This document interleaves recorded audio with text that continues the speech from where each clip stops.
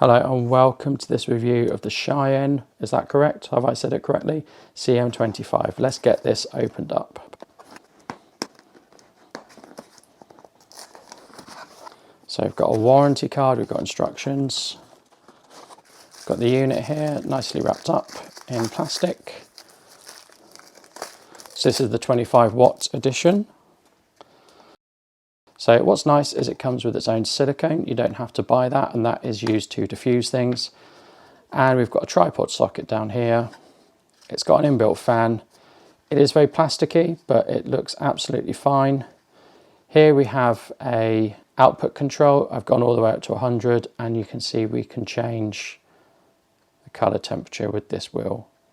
And that's really all it does. It's very, very simple. But that's all you need in a light, really.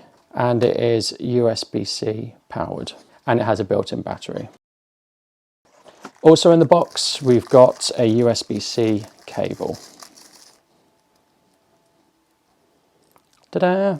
So this is my setup, and I'm using a 40 watt light, so I'm going to now swap it over. So I've now put the light on, and I put it to 100% power in the umbrella setup, and I'm at f8 and 1/50th of a second. I'm going to go to ISO 1600, and that's a good exposure. This is one stop less powerful than the M40 which I was using to light this video. So I think this is an excellent light, and this cost me around £50 or $50. It's really good. It feels really strongly built. It's obviously plastic.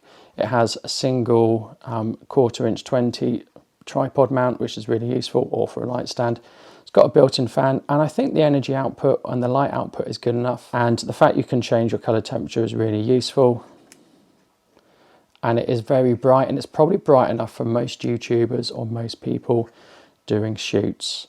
It's not as bright as the M40, but it's almost half the price, and it's a lot lighter than the M40. So this is an excellent little light.